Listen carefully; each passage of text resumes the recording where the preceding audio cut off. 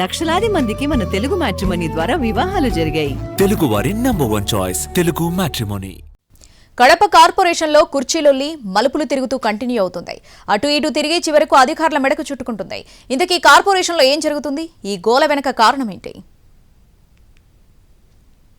వివాదాలకు care of గా మారిపోయింది. మొన్నటి వరకు ఎమ్మెల్యే మాధవి, మేయర్ సురేష్ బాబు మధ్య కుర్చీ వివాదం ఇప్పుడు అధికారుల వైపు మళ్లింది. Mayor Suresh Babu, municipal commissioner Manoj Reddy మధ్య లేఖల యుద్ధం మొదలైంది. మున్సిపల్ కార్పొరేషన్ సమావేశ వేదికపై ఎమ్మెల్యేలకు కుర్చీలు ఏర్పాటు చేశారు అధికారులు. అయితే ఆ కార్యాలయానికి తాళాలు వేసి ఎవరినీ అనుమతించలేదు కమిషనర్. అయితే మీటింగ్ హాల్ తాళాలు తెరవాలని చాలాసార్లు కమిషనర్ను మేయర్ సురేష్ బాబు అడిగినా ఆయన స్పందించలేదు.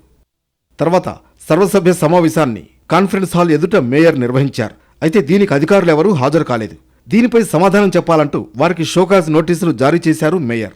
ఇక కుర్చీల లొల్లి విషయానికొస్తే సమావేశ వేదికపై కడప, కమలాపురం ఎమ్మెల్యేలతో పాటు 2 ఎమ్మెల్సీలకు కుర్చీలు ఏర్పాటు చేశారు అధికారులు. అయితే తనకు చెప్పకుండా వారికి కుర్చీలు ఎలా ఏర్పాటు చేశారని మేయర్ సురేష్ బాబు మండిపడ్డారు.